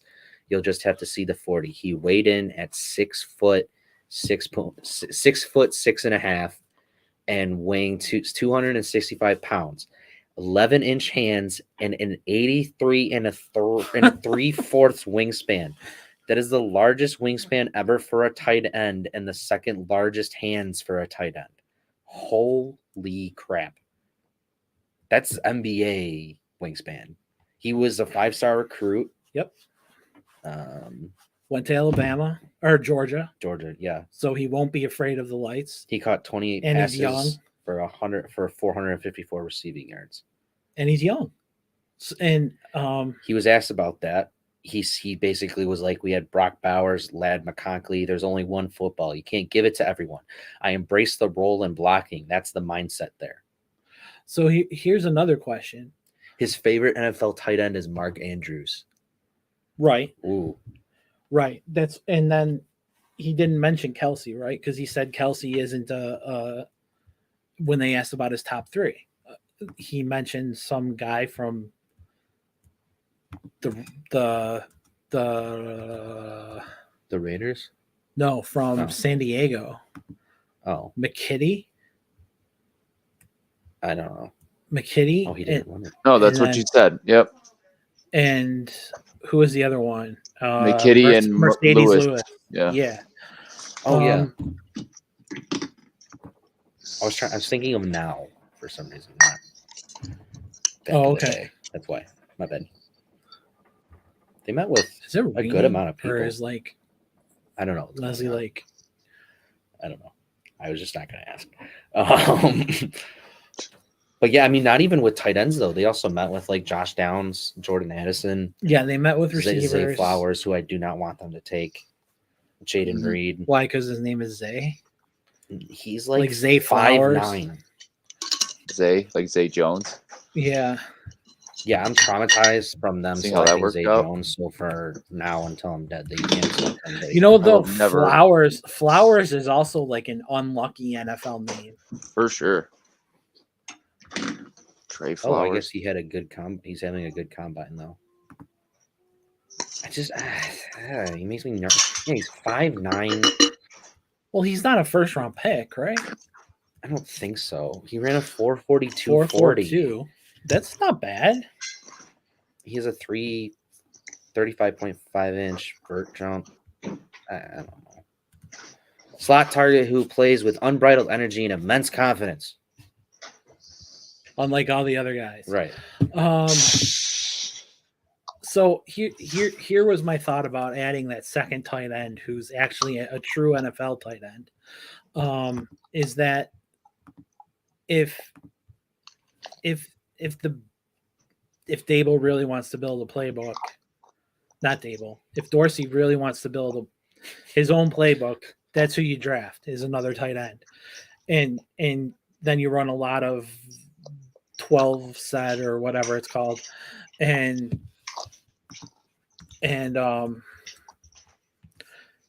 Michael Mayer is my guy. He's my guy. But I also like the guy we were just talking about, Darnell Washington. Darnell Washington. Yeah. Mayer is projected to possibly be there. Yeah, I've been seeing him in the late teens, so that has the potential for a drop. Yeah, I mean, I think because it's not like the draft, because it's not like obviously the draft obviously never goes the way the mock drafts do. I mean, you'll have the picks, but I have a feeling. Well, first of all, teams are trying to trade in the first overall spot, so that's going to throw stuff off unless it's the Texans literally just swapping right the first and the second overall pick, which would probably take them a third round pick to do, or something. But if it's one of the other teams that are interested, like the Falcons, who are later on in the draft at 8, the Raiders, I think, are also interested. They're at pick 7. The Panthers are also interested. They're at pick 6. So, jumping up that far will change things in the draft. But, Mayer going in the late teens and the Bills having what, 24? 27. Bills having 27. That's a big jump, actually. That's 10 slots, maybe. Yeah, that would take a bit, and they only have 6 picks this year. Okay, well, I don't know. Maybe they can trade a Sabres second. Right. We'll trade the Sabres second to your hockey team. But you need to do it to another guy who owns both teams. I don't know. Maybe this is the year Brandon Beane trades up. Instead of the other years, like where he traded up for Allen and then traded up again for Tremaine Edmonds. Yeah, but that was like 4 years ago. He hasn't done that since. It was like 6 years ago. It was in 2018. It was a 2018 draft. Yeah, but he hasn't done that since. He's traded back. What other draft has he traded up in? I don't know. I would have to look. CJ? Am I wrong? I feel like the thing always is he's not going to trade up. Am I wrong, or did I just he's make never this up? traded up besides those situations, I don't think. But I think maybe, I mean, okay, if you're the Bills and you're truly want to use this draft to find weapons and to fill that and to get a potential wide receiver too, why would you wait till 27? Because unless you're planning to, okay, then trade someone away and get some cap space. Trade away Oliver or something and get like extra picks. And get that cap space. Yeah. Small. Anything helps when you're 16 million over the cap. And Oliver would clear 10 million straight away if you trade him. Right. If you trade him, you can't cut him. But if you trade him, right, that clears 10 million out of here. I think you got it. I think you gotta. You gotta get the best deal for Oliver. You gotta move guys. You gotta do money and gotta do whatever. Well, Oliver's not as effective as anyone. Yeah. Well, yeah. No, I mean, okay, if we're going from that angle, right? Yeah. That too. Right. Yeah. He's not that good. At what they need. He's not a 10th overall pick. No. He's not a first round pick. I mean, has he proven to be that? He's shown flashes. That's what everyone likes to say about players who are picked in the first round. He's shown flashes. So yeah, I don't know. The whole cap situation. I mean, they'll obviously still be a contender. Such a huge mistake. I think they'll still be a contender, obviously. If you have Josh Allen as your quarterback, you're always going to be a contender. It's going to be tough. You're always going to be. I don't think they're probably not going to win the division one year. Like there's going to be. It's going to be. I mean, the next 2 years, maybe 2 years will be worse, like you said, than next year. But I don't know. Maybe they can get an infusion of young guys and maybe hit on a couple young free agents or something. Yeah. Who are more cheap. I don't know. But I just worry you're going to be asking a lot. Like this is going to turn into asking guys who can't do it to do a lot. Like this is going to be Rasmus Ristolainen conversations, like where it's he's a top 4 guy, but he does not need a half an hour a night, but he needs to play that because that's what the Sabres needed at the time. Right. But yeah. So anyway, draft a tight end. Draft weapons. But I think the tight end is the guy. Yeah. And maybe a slot receiver. I mean, I don't love the idea of needing a slot receiver. I'm not. But I feel like that's something you can hit on the draft. That's the thing. And especially with this wide receiver draft class, I feel like you're kind of going to have your pick of the litter of guys who will probably even in the second or third round slot. Yeah. It's a deep wide receiver class. It's a deep tight end class. I would just like to see them take Michael Mayer. Yeah. I know a lot of people want offensive line. I know a lot of people want whatever, but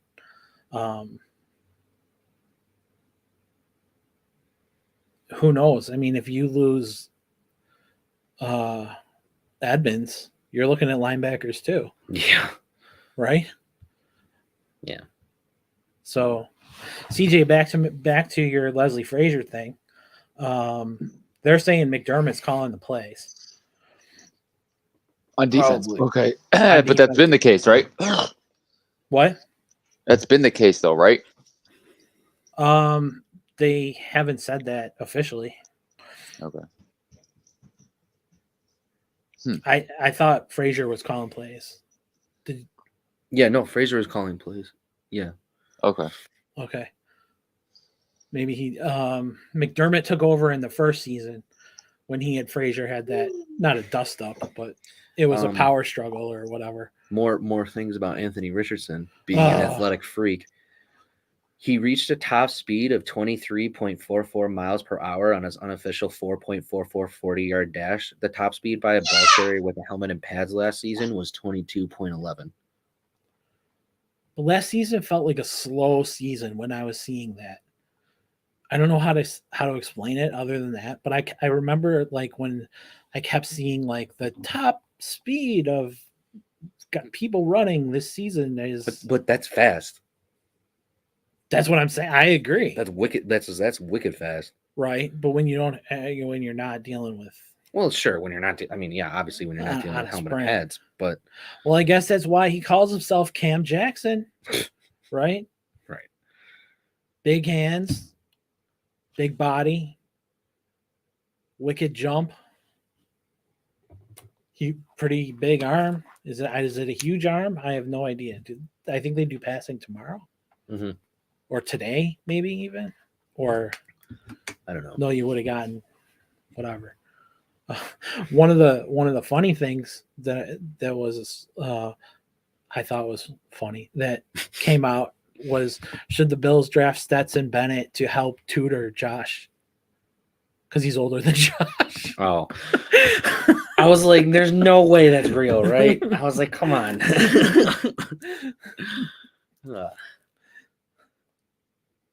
I thought that was funny. But yeah, I mean, to just wrap up the Bills, it's gonna be interesting. Yeah, and we'll have more Bills talk when we talk about the draft. In a little bit. When we talk, even just when we have the draft guy on. Yeah, I mean, we'll have plenty of Bills talk. Next week or whatever. We can hold off on that. Yeah. Grandma 3 asked, what do you think about Von Miller's announcement that he wants to eventually be a GM? I kind of feel like, okay, good for you. Cool. Right? Good luck. Yeah, that's kind of how I feel. Like, yeah, that's kind of, I feel the same way. Like, it's cool that he wants to learn from Bean. Oh, he said he wants to stay within the organization and do it? No, while he's with them, he's learning from Bean. Oh, but like that he's willing to do that, at least. He's like an intern. Yeah, he's ghosting him while he's not practicing. Like he's, shadowing him, ghosting him. Yeah, ghosting like, him. what? That's a different thing. Yeah, like, that's cool. Yeah, I meant shadowing. Whatever. That's an interesting way of. Yeah, no, that's not what I meant. He's ghosting Brandon Bean. I think he's ghosting him. Like he's not going to show up next year. I don't know what's going on. Well, yeah, he's not going to show up next year till at least Thanksgiving. No, he's going to show up as the GM of another team. That's like I saw this. I thought this was kind of funny. Sony was saying like what it would be like if the moves that teams made during the offseason weren't announced, and like the first game is where you learn where all the new players are. So like Christian McCaffrey shows up on the 49ers for like I know he got traded, but like just using it as an example, like if he got traded during the offseason, like Christian McCaffrey being on there, and then like it used to be that way, Noah. yeah. Oh, that's true. But like but they were saying like not even like the papers or anything. Yeah. Like it's not reported at all, and nobody knows until week 1 like where all the new players are. Well, there were back in my day, there were times when it would take like 2 or 3 days for you to find out like something happened. You'd be like, now it's instantaneous. And now it's gift and a curse. No, it's cool. It's cool. I mean, that's true. Because I mean, like if a nuke got launched, we would like know, right? Pretty fast. I think we would probably know before the alert. Like, what do you mean? Like we just be scrolling through Twitter and like just see it. Yeah, I mean, if a nuke's coming at me, I don't want to know.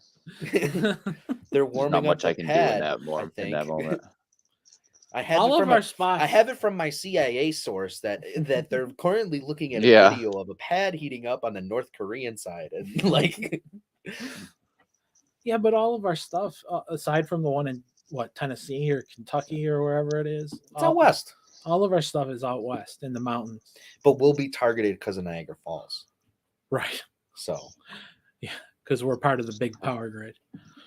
Well, if a nuke hit Niagara Falls, we're gonna be dead too. Like, I guess depending on how powerful. But if it's an ICBM, a mini nuke.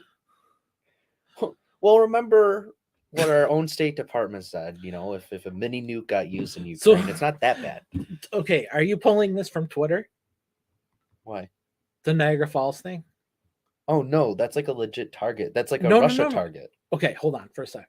Because on Twitter, a guy actually posted that question. Like, when you were young in school, do you remember being told that Niagara Falls was a target for a nuclear weapon? Yeah.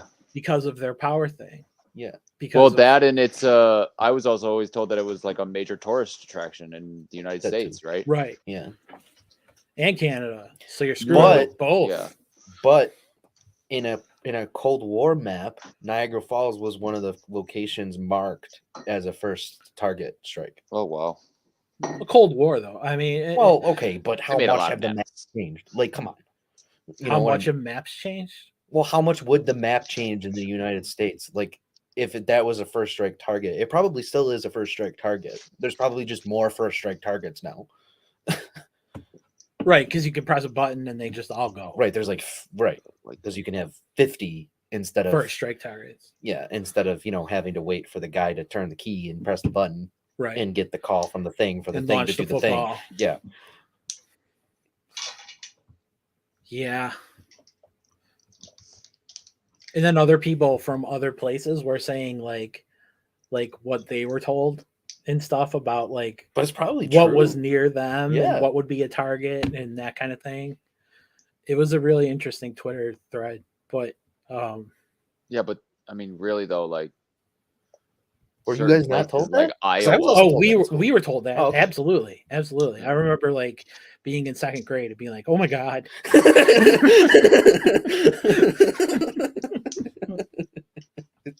I've seen Niagara the Falls. anxiety started. now I'm in therapy. Yeah. You're like, oh my God, I've been there. Exactly. Been to Niagara Falls. Is it nuclear? I think getting way off topic. How Who the heck cares? did we even get here? Who cares? That's what makes our show interesting, are the topics. But yeah, Niagara Falls would be a first strike. I think Niagara Falls would still be I think they're still a first strike target, 100%. I would bet you $100 that Russia just is using the exact same map and is just adds targets. Just adds targets. Like Putin's just like throws a dart. But if it hits one of his generals, the general dies. But it's probably just going to be delivered by a balloon. So a Chinese balloon. Try to figure out how to work. That's funny. Yeah. That's what it's supposed to do. So the Ides of March are. Well, you pull it through. Upon us?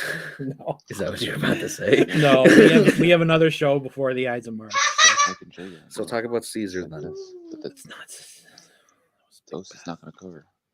Oh, but isn't the Ides of March when Caesar got assassinated? Are you going to tell me? Is that not why it's called the Ides of March? Wait, no, that's not why. Am I just confusing this with something else? That is why it's called the Ides of March. That's what I said. It's because of Julius Caesar. Yeah. Okay. Yeah, that's what I was saying. You said Macbeth. Oh. I was confused. No, but it's actually from. I mean, not actually. It's also from Macbeth because they say "Beware the Ides of March" in Macbeth, right. Okay. That's where I was pulling it from. Is Macbeth the one that's the? No, that's Hamlet. Hamlet's Lion King. What? Hamlet's the one that the Lion King is based off of, right? Hamlet is the Lion King. Yes. Yeah. Okay.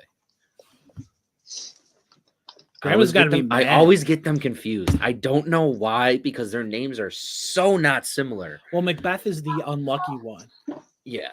Where you're not supposed to say it when you're on stage, like not when you're on stage, obviously, but like when you're like if you're talking about plays or whatever, you're not supposed to say Macbeth because it's unlucky. I may be getting all of these wrong now in my head. I feel like Hamlet's actually the unlucky one. You're doing what I'm doing. No, because Hamlet's done all the time. Yeah, no, they rarely do Macbeth. Yeah. But now, yeah, the Lion King is Hamlet. Yeah. Yeah. But yeah. Good talk. What do we think about? Look, we got another viewer. What do you think about John Morant? No, I was gonna say, what do you think about Florida or Disney World being taken over by Florida? They're probably just gonna leave Florida. No, I don't think they are. I've read about all the stuff that they're doing to like basically make Florida irrelevant. Oh, do you know how much control they had? Who? Disney. Oh, it was basically like a city. Yeah. Like it was like their own like municipality. They didn't have to pay taxes to anything. They also had like their own police force. They had their own like police. They everything. Fire, like their own medical services. Yeah, they did. They had everything like right there, focused solely on Disney. Mm-hmm. Now, if there's a fire, they have to wait for the fire department from wherever they are in Florida. Like that kind of thing. It's DeSantis pulled all that. I'm sure they're a corporation, so I'm sure they'll find the loophole in the law. Whatever. Hey-o! Oh yeah, you're an anarchist. I forgot about that. Loopholes. John Morant. Not an anarchist. Jeez. Dirty word. Anyway, John Morant. You're a socialist. John Morant. Go for it. Oh yeah, so like he like punched a 17-year-old in the face and brandished a gun in front of the 17-year-old and then decided, the night of the Nuggets loss or the Grizzlies loss to the Nuggets to show a gun on Instagram Live at a club at 5:19 in the morning. It's just like it's not the time. Yeah, like you said. It's not the time. It's just that your team just lost and then you get caught that late because that means 100% that you went straight from the stadium to the club. Why does that mean it? Because it happened at 5 a.m. Yeah. He had definitely been. I'm saying he had been there 5 for a a.m. while. Eastern It was time? Yeah. It was 5 a.m. EST. What? 5:19 a.m. That's what it said in the thing. That doesn't mean EST. But- Eastern time. Wow. So he was there. Okay, so 5:19 a.m. Eastern time. Okay, it's not like he showed up at 5 o'clock and 20 minutes later they did an Instagram live. I'm saying there was stuff leading up to this, so he was there. That's what I'm saying. Like, you're a bad teammate. That's what I'm agreeing with. I was trying to say the point that 5 a.m. Eastern time is different than 5 a.m. in Denver. Aren't they only like an hour behind them? 2. Okay, that's still 3 in the morning. That's my point. That you're more right now. Oh, okay. I'm telling you, you're more correct. And you're sitting here arguing with me. I just don't. Fathers and sons. I don't know where this came from for him though. Like, why does he want to be a thug? Because it's always been like, I mean, not like a thug, but he's a tough guy. Yeah, he's always. Like, he reminds me of Buster Rhymes. Like, I don't know. I have no idea why. Like, he just reminds me of Buster Rhymes.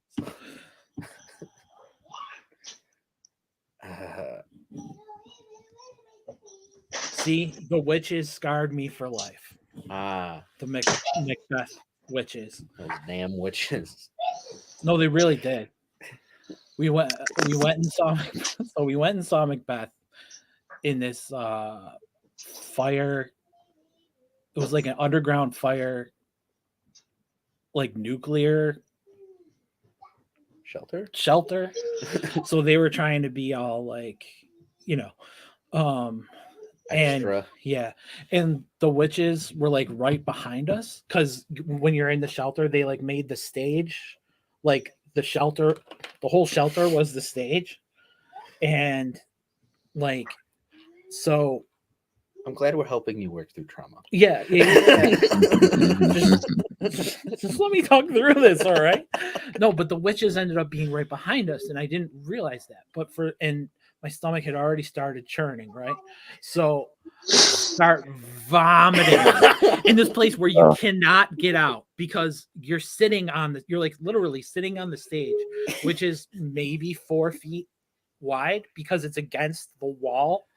And I like vomit, and then my dad like rips his coat off and puts it down, and I start vomiting into his coat, and he's catching it in his coat, and we're like, well, yeah, we got to go. Obviously, like they didn't stop the show or anything, but like, yeah, underground bomb shelter, and so they didn't stop the show or anything. But I'm like the whole entire shelter like just reeked of vomit.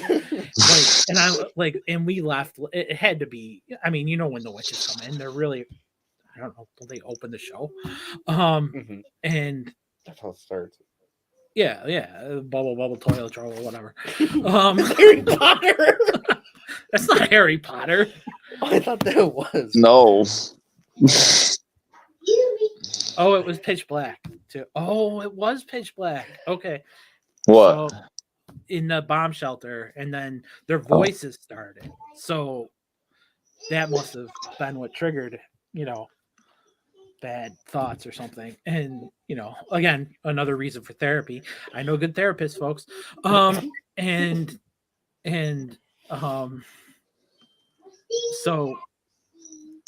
So yeah, so we're walking around all these people like on this like give me 1 second. Stairs. Sorry. It was grandma who ripped off her coat. That's what she says. And that. Oh, okay. I was thinking of a different coat. So anyway, so that's my story. Like, and we left because the entire place smelled like vomit, and I probably shouldn't have stayed. So, we didn't. Yeah. And I don't know that I've seen Macbeth since. I've read it, but I don't know that I've seen it. But like, I've seen so Hamlet though. I mean, John Morant. Like, dude can't I don't know. I don't get it. Like, because like even like players around the NBA are like, dude, stop. Like they're like, we did leave with I remember. I'm sorry. Sorry. Did you throw the coat out? With a coat full of vomit. That's funny. But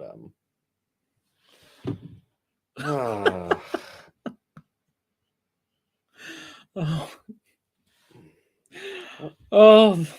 Wentz apparently met with his agents at the combine and told them that to tell teams he's open to various roles and that he still wants to play. So he wants to play tight end. He wants to do anything he can to help a team win. And he's so he wants to bulk up and play tight end. I guess. I don't know. What else can you do? I thought that meant like mentor, but I'm like, I don't know. Does that mean positions? I don't even know what that means. Various roles. Is that just saying that's position. If you'll sign him, he'll do whatever you ask? Like, or maybe he's saying, I'll be a backup. I'm willing to be a backup. Oh, she did not throw the coat out. Yikes. Was it purple? This is really funny. Anyway, I don't think it was purple. Yeah, Morant then went on some rant about how no, that was not him. But he ended up deactivating his Instagram and Twitter accounts on Saturday afternoon. Wow. Then he released that statement. Jordan Poyer took Bill's stuff off his Instagram. Yeah, whatever. Bye. Go be with your wife who keeps posting about how great it is in Miami. See, that's why I was thinking of Grandpa, because it was beige. Oh, and he has that beige coat. Yeah. This all makes sense now. It's the one, that Doctor Strange.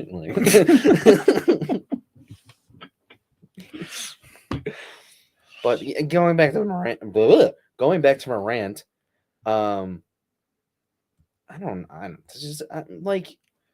this isn't normal though. Like, this isn't the normal thug NBA behavior. That's why he reminds me of Busta Rhymes, because there's something just a little bit off. Like, why are you pulling out a gun at a nightclub? Like, that's just stupid. Like regardless, video. Well, regardless of if it's on video or not, and regardless of if you're an NBA player or not, like, people get arrested for that. Like, he could have gotten arrested for pulling out the gun. Yeah, but he's an NBA player. Well, right, which is why he got away with it, and I understand that. But like, it's still dumb because it's like you don't know what's going to happen. Also, you're African American. Beat down. Well, you're right. You're in a public place. You don't know what's going to happen either. Or how people are going to perceive that. And he's probably drunk, probably ready to run his mouth, and probably stronger than anyone else in the club. Right? Unless like Dylan Brooks was there or something. I don't think Dylan Brooks was there, but I just wanted to segue into Dylan Brooks, really. Yeah. Why? Because he got his 16th technical foul of the season? No, about his comments about the Warriors. Oh. And Draymond. About how if Draymond was with any other team. Tell Layla we love her. Yeah. I don't know. I kind of like agree because oh man, I totally don't. I don't think any other team would use him like the Warriors do. I don't think another team, right? And that is different because that doesn't. I don't agree with what Brooks says like that. I don't think Draymond completely irrelevant. I think, yeah, completely irrelevant isn't true. Well, he said he couldn't even make other teams. Yeah, that's being dramatic. I mean, they just hate each other. the Grizzlies or the Warriors. Brooks also said, yes, he said, I hate the Warriors. I hate everything about them. And then he kept going. There is nothing I like about the Warriors.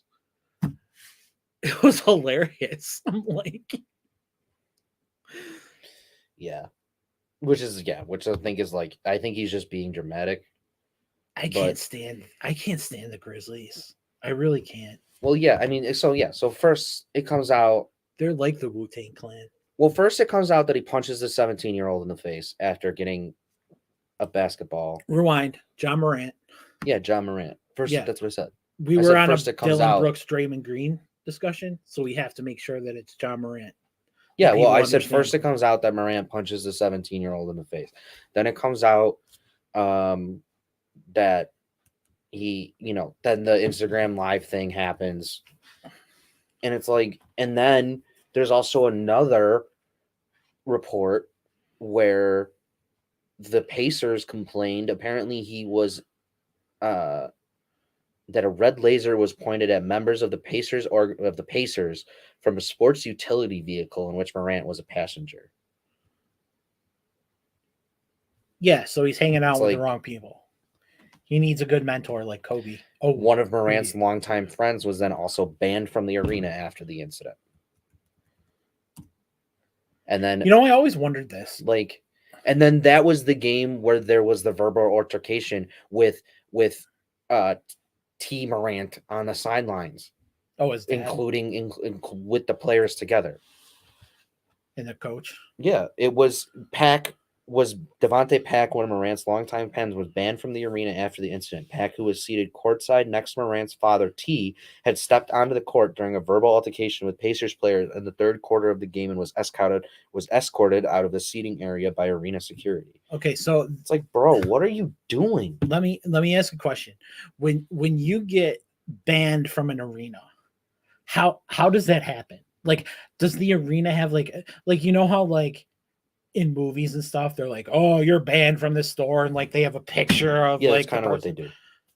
How does the arena do that though when you're trying to seat 20,000 people? Because the people who watch the cameras, their facial recognition is just that good. I think that's the way it's supposed to go, but they also know what you look like if you've been banned from an arena. They're gonna know you. They're gonna make sure they know you. And you're not getting back in. It doesn't have your name on it. And if you're with John Morant, but they get your name and they get your information. And they probably filed a police report about this. I know you're an anarchist. No, I'm being serious. I know. I'm kidding. I mean, there was probably a police report filed, or they took Pack's information in the stadium and were like, you're never getting it again. So if this ticket gets scanned and the ticket's to him, they'll know that too, I think. I think that's also another way. But yeah, he's back. I'm down to people watching the cameras and stuff. Lot. Sorry. Yeah, we talked about the meaning of life and actually figured it out. Yeah. We got clarification about the whole. Yeah, God actually came onto the show real quick. Oh, I missed it. No, I meant clarification about the whole. The what? The whole Shakespearean, Julius Caesar, my experience with Macbeth, all of that kind of stuff. Okay. So I was thinking about these both while you were talking about that. My hugest childhood traumatization that I had, I took the Jaws ride when I was 5 years old, 6 years old, and Universal, Orlando. Universal, yeah. Oh my God, I cried the whole time. And it's not one of those things where you can get off the boat. It was a boat ride. You're on that boat until it exits. It's water, right? So if you jump off, you're jumping into where that shark is. You know what I mean? So right. I just hid and cried and you know what I'm saying? It was terrible. And then also my guilty pleasure, because you guys were talking about how you love Taylor Swift and I feel like you love Rihanna. And my guilty pleasure, if you guys would like to know, is probably Katy Perry. I'm a Katy Perry guy. That's fair. I don't like to tell people that. Noah likes Katy Perry for different reasons. Okay, no. I appreciate you opening up. I really do. We were on that kind of. level, right? So I just figured I'd add to it. Definitely into a groove. Yeah. So I was comparing the Grizzlies to the Wu-Tang Clan. Well, because I was like, we were making the point, like even NBA players are like, stop. Like, what are you doing? Yeah. Like, stop being stupid. Like, you're being dumb. Because, like, to me, like he needs a mentor. I don't really consider this to be like the typical, thug, gangster, whatever, people want to label it as for whatever reason, the NBA culture. Like, this isn't normal what the guys do. Like, I don't see Patrick Beverley doing this. I don't know. Guns and NBA players have been like linked forever.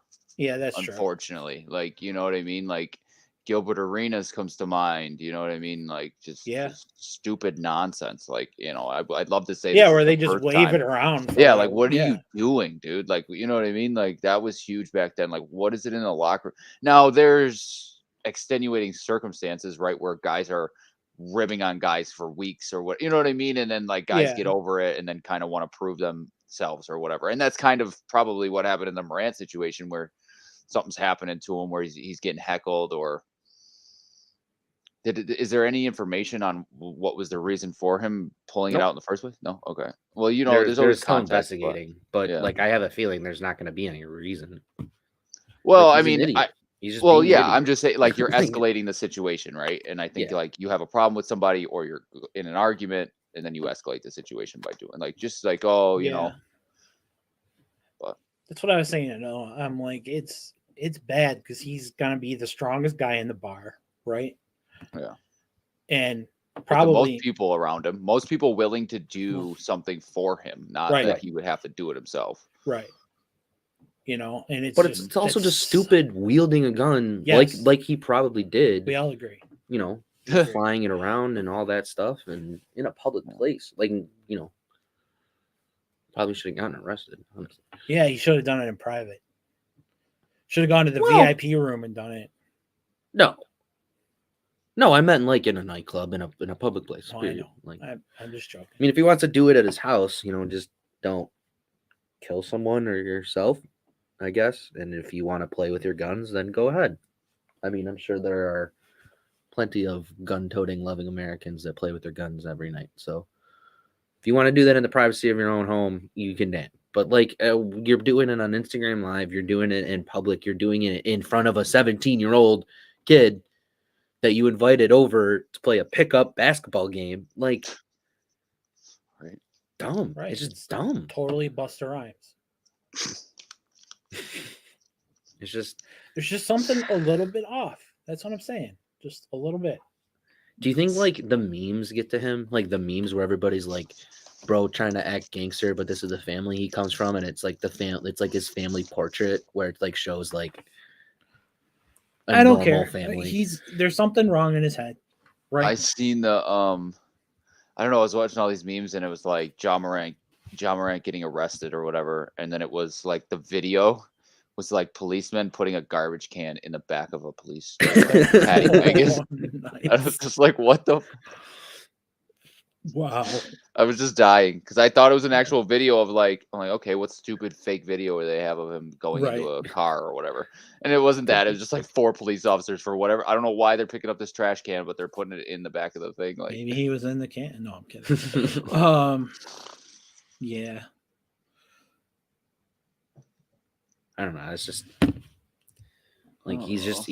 I feel like he's just doing it on purpose because everybody else is like stop, and he's just like, nah, no, I don't wanna.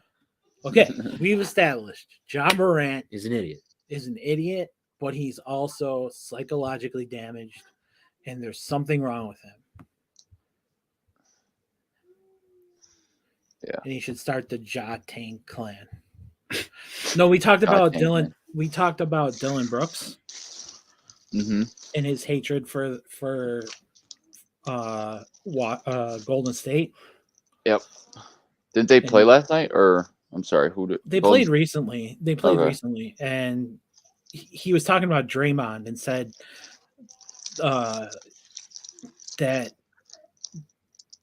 basically he said Draymond would not be as good on any other team, and he said there are teams that he couldn't even make the roster for, and that kind of thing. And he was just saying, like, Draymond's bad at basketball, and I don't want to hear from him or hear him talk smack or see him. I don't want to see him anymore. Like, it was so like baby-ish, childish. Yeah. That's what that sounds like. I mean, okay, so let's put this historically, okay? Because I actually want to do this kind of historically. Like, where do you think Draymond sits in the level of, like, and maybe I'm because I skew towards the Warriors, but the level of all time centers, or like four guys? Yeah. All time, easily outside 25. I mean, I was going to say top 30. So 25 to 30? I could deal with that. I mean, because he was instrumental. I mean, like, if the war, right, and at least either the first or second run, if the Warriors didn't have him, they would have lost in the finals, right, in the playoffs, because it was like his defensive game and his rebounding. Like, they didn't have anybody else that was able to do that. So it was like, if they didn't, he first of all didn't play at a great high level during the playoffs and didn't do the things that he did to win them games, basically. And those games he got suspended, they got destroyed. Mm-hmm. Yeah, that's true. So I think it was 2 years ago on that finals run. Yeah. But I would say I just think his ability to see the floor, like, puts him up there. You know, because I think he sees the floor better than many point guards. Like, the way that he can make some of the assists he makes and some of the plays that he's able to call and that kind of thing. I just think he's really good. I think he would probably make any team in the NBA. They may not play him as a point forward, but I don't know. Just my thought. Yeah, I think he'd be a starter for anyone. I agree. Yeah. You know. Yeah, absolutely. Yeah, he'd be a starter.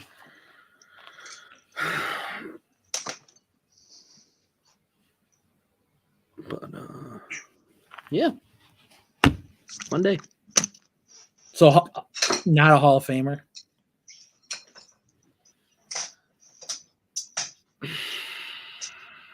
I don't know, because do you think he'd have to go somewhere without Steph and Clay? Go sit down, please.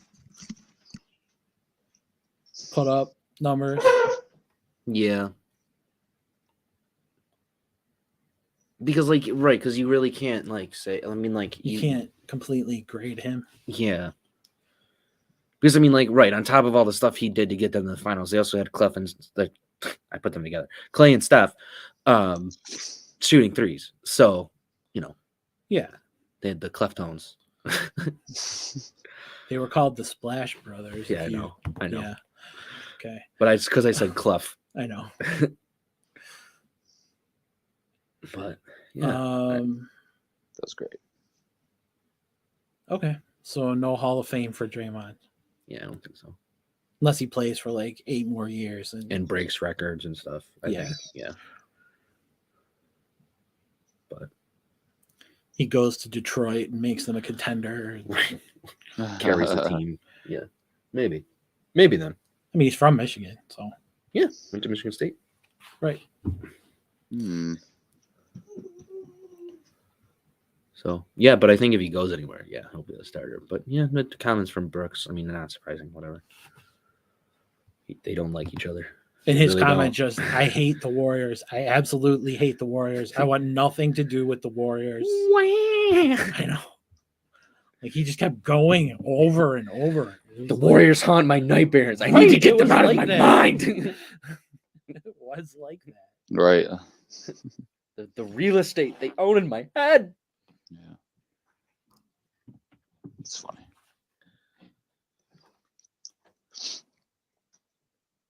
Anything else for us?